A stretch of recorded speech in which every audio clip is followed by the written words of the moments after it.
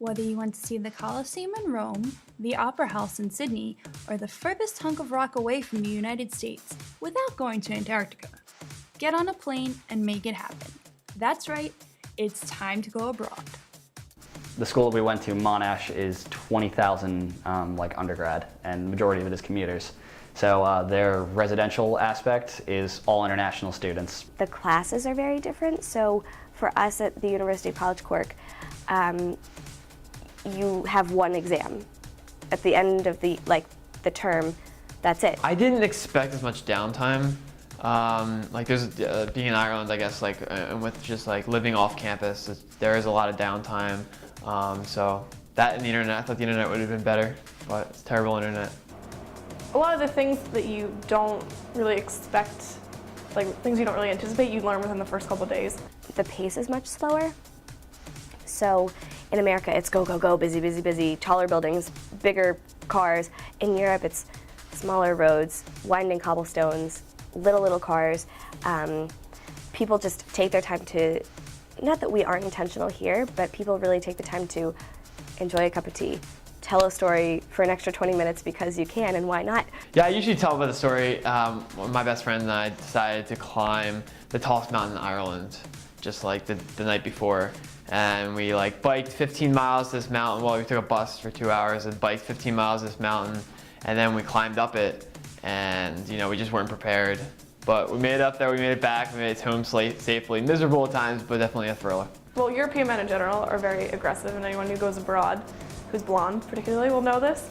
But they just have no shame when it comes to talking to people. So this one guy came up to me and started talking to me, and I just didn't want anything to do with it. And he wouldn't go away. So he started calling me some interesting name, and so I punched him in the face, and that worked. So I guess that's kind of awkward, but you gotta do what you gotta do. One of the pubs down the street, it was 3 blocks away, it was called On Spalpeen, and they had live music on Wednesdays and Saturday nights, and so we'd always go.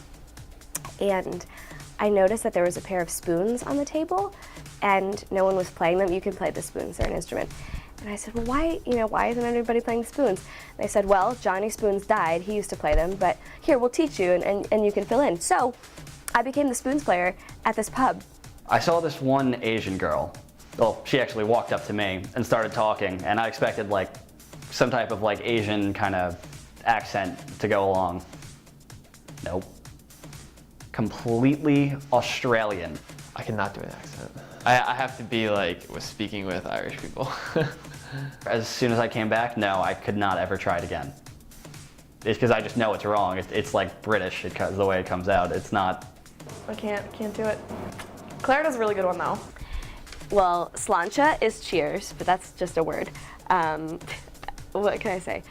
This is what I would tell my family. I would say, well, I was in Cork and I was riding my horse, and I went 44 miles on my horse right there, and oh, Jesus, Mary and Joseph, oh my God, it was such a long trip, but you know what I mean? I'm just going to sit here and have a pint of Guinness with you, but how are you doing? How are your family? How's your family? How are you doing? Are you still living in Cork? It's so silly. That's Irish. At the end of the day, I had never left the US before. I wanted to take the leap and kind of leave the country and just see what life is like elsewhere. But if you're content with the US, why leave? It's not too terrible here, and it's way easier on your class schedule. Oh yeah. I missed a lot being abroad back here at Loyola, so don't think that you're missing out on anything of staying here, because truth is, the people who go abroad miss out on being in Baltimore, people in Baltimore miss out on being abroad. I would definitely encourage everyone to at least go abroad once in their life, at least 5 times in their life. So you need to go at some point. This is the only time in your life when you have the chance to drop everything and go abroad. Out of college, you have a job, significant other, whatever. You can't just ditch everything and leave. This is the only time. Do it. Go, and it doesn't have to be study abroad at Loyola. If you don't have the chance to now, that's okay. The world is there ready for you when you are ready for the world.